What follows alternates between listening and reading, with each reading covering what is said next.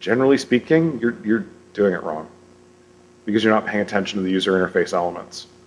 I mean, they come in different shapes and forms,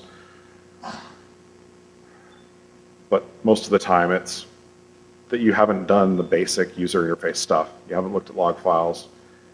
You haven't locked systems down. You're looking in the wrong place for the weirdness.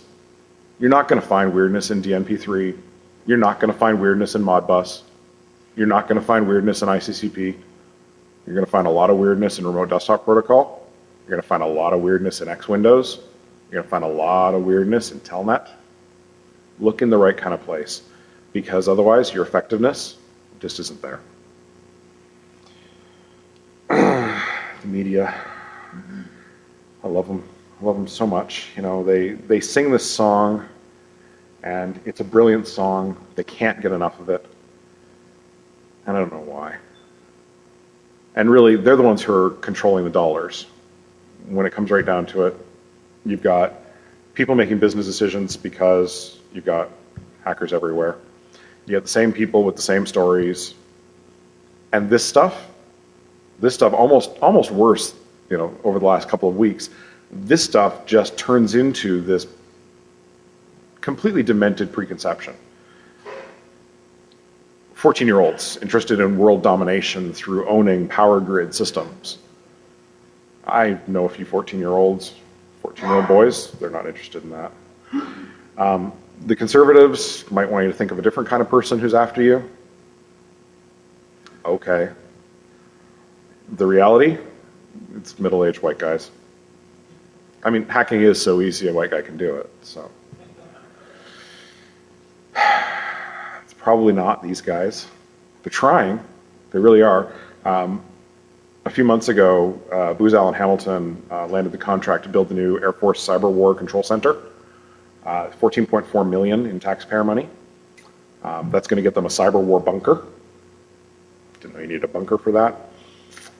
They're going to spend another $20 million on fostering collaboration between telecommunications researchers, University of Maryland faculty members, and other academic institutions to improve secure networking communications. That sounds an awful lot like a mailing list and a wiki. But hey, it's $20 million. That's got to be money well spent, right? It's probably more like this kind of group of people, but there's a lot easier ways to fight a war against the United States. There's an economic war. They could simply call the debt and repossess the United States. Kind of sad. This is much more likely. The genetically engineered super soldiers will be here shortly. Skynet is manufacturing them. And of course there's the internet, because it's out to get you. So it's always good to tell a few stories about stuff that actually happened. And this is not necessarily public news. Everybody knows that SCADA networks have DMZs, because you've all heard that. In every talk you've heard about SCADA, you've heard about the SCADA DMZ that air gaps things and that there's protections or not. SCADA systems directly on the internet. A couple of Google search terms will teach you all kinds of stuff about that. Do you know that VLANs are a security mechanism? You can use those to keep traffic completely segregated from other traffic. It's true.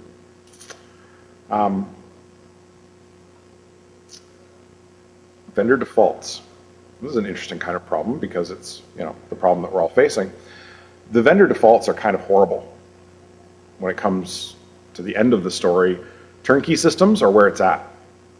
If you can install a system that just does what it's supposed to do, it gets installed the same way everywhere. So if you're looking at a piece of hardware like a pallet wrapper, it's exactly the same.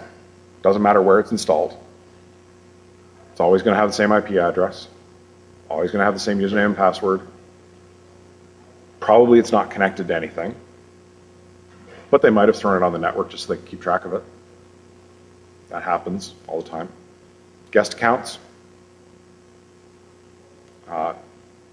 Username, user, password, password. This is a daily occurrence kind of thing. These are the kind of problems that IT security can solve, but not by being the way that we're used to being, right? We have to be that much better way, that much more useful way, where we can say, let me help you with that problem you're having. And it can be done. Lots of shared networks. A lot of interesting sort of vendor-related product problems. Did you know that you can get an HMI interface for a BlackBerry? So you can control your process from, you know, your car while you're driving? Is that a problem? Might be.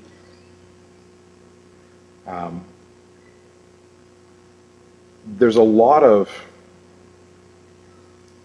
anti-operator boredom systems installed. Because you can imagine doing something like watching a manufacturing plant manufacture cookies. That's got to be a pretty boring job if you're sitting in the control room just monitoring the process. So, you know, you've got to have games and alternatives for ways to spend your time rather than actually watching the process. Those things are all out there. It's kind of a terrifying problem. The any rule is the only rule. And these systems aren't just out there a little bit, they're out there a lot. And they need to get fixed. But the way that we're going about yelling and ranting and raving and talking about control system stuff isn't going to get them fixed. I don't think in any kind of a real time. I've seen it all. There's probably ways to fix it. I mean, we could fix it with superheroes.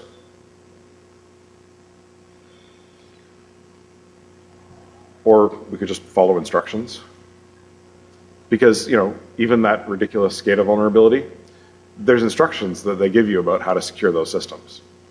And if you follow the instructions, you're actually okay. From a product liability kind of standpoint, you're in pretty good shape. If the system's any older than brand new, though, even the simplest hardening techniques that you can think of will probably break it completely. You will need to leave our services turned on because RSH and RCP are used extensively by most Unix-based systems. You will have to turn file sharing on. You will have to turn on all RPC if you're going to run it on Windows because they're all completely dependent upon it. It's terrible, but follow the instructions. And try not to suck. Because the machines do exactly what they're told. And it's not an industry that's going anywhere fast. There's still a lot of hydraulic computers in use in control systems and SCADA industries. Anybody know what a hydraulic computer is? Yeah, it's odd.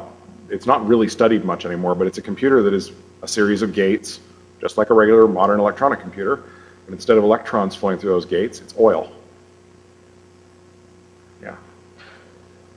And they've interfaced that by bolting something onto the side of it that makes it semi-electronic. And it's still out there, and it's entirely possible that if you live in an older city, your lights are dependent upon a machine like that. And I don't know any really good way to harden that. There isn't really a good way. Most of the assets that are involved in this stuff are 20, 30, 40, 100 years old. We've just started turning off 100-year-old power generation systems because we're finally stopping the use of 25 hertz electricity in North America. The last time 25 hertz was used in a household kind of perspective was the 20s. Those things have been running since then. This is a world that isn't going to get changed real quickly now. I need you to learn. I need you to learn a lot. And this is kind of a ridiculous ask because you're at conferences like this to learn. But I'm saying really learn. Consume knowledge at a crazy rate. And consume knowledge outside of IT security. The places where you're going to learn about this stuff are in control systems theory classes. It's going back and learning ladder logic. It's going back and learning some really, really fundamental stuff about how manufacturing is done. This is engineering, and we're playing at it like we're engineers, and we're not. And that's a huge part of the problem. Most experts aren't. If anybody tells you they're an expert, or if they're really, really, really proud of being an expert, run in the other direction as fast as you possibly can. The project timelines that we're talking about are really long. Installing a new process control system is years. Installing a new SCADA EMS for a big electrical system is years to double-digit years, 12 to 15 years. Developing the models for these things is about that long, and you can't swap one out for the other. I mean, the cutover from one EMS to another takes a year. And if you're coming from a financial kind of background, or if you're coming from any other real sector, you're thinking of cutovers in terms of weekends. This is cutover in terms of years. So you can make little tiny changes right at the very beginning. You can make sure that the procurement language makes sense, that you're getting the right thing. You can make sure that the project stuff works out in a positive kind of way because you're making little tiny adjustments right near the very beginning, and you end up with a great result at the end. The people who put themselves out there as the mouthpieces, some of them have cred, some of their cred's kind of old. If your bullshit meter is going off, there's a good reason for that.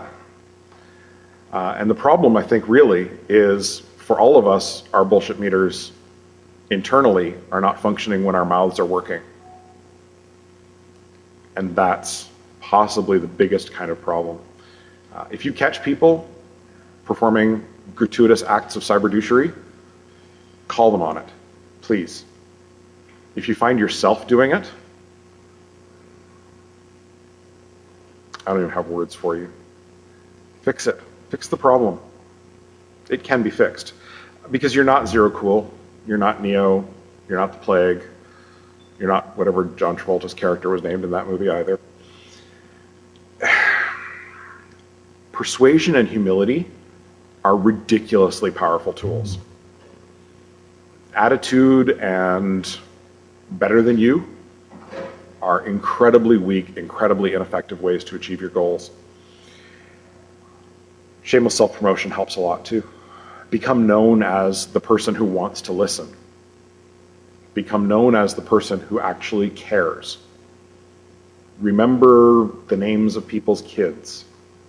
Remember what they take in their coffee. This sounds so ridiculous, I can't even believe I'm saying it. This is like Mitnick 101, okay? We need to do this stuff. We need to do it with our coworkers. It's not that hard, really. Add requirements, but do it in a water drop kind of way. You know, individual drops of water can wear away mountains. It doesn't mean you've got to try and get rid of the mountain today. Because remember, we're talking timelines that are intensely long. And because we're all caffeine addicted, completion specialists who just try to get stuff done now, doesn't mean we have to be that way. We can get stuff done a little later. We can make friends. You can boil a frog without scaring the frog.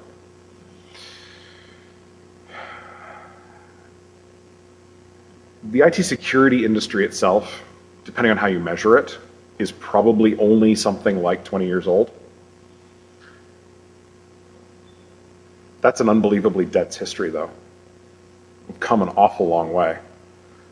You look at the history of IT itself, that's short, 70 years. And there's a lot that can be learned there too. We've challenged most of these problems and solved them in the past. But the best way to tell somebody that you've solved their problem before is not to tell them that you've solved their problem before, because that just ticks them off and makes them push you out the door. You can say, I've seen this before, I think. Can we work through this together?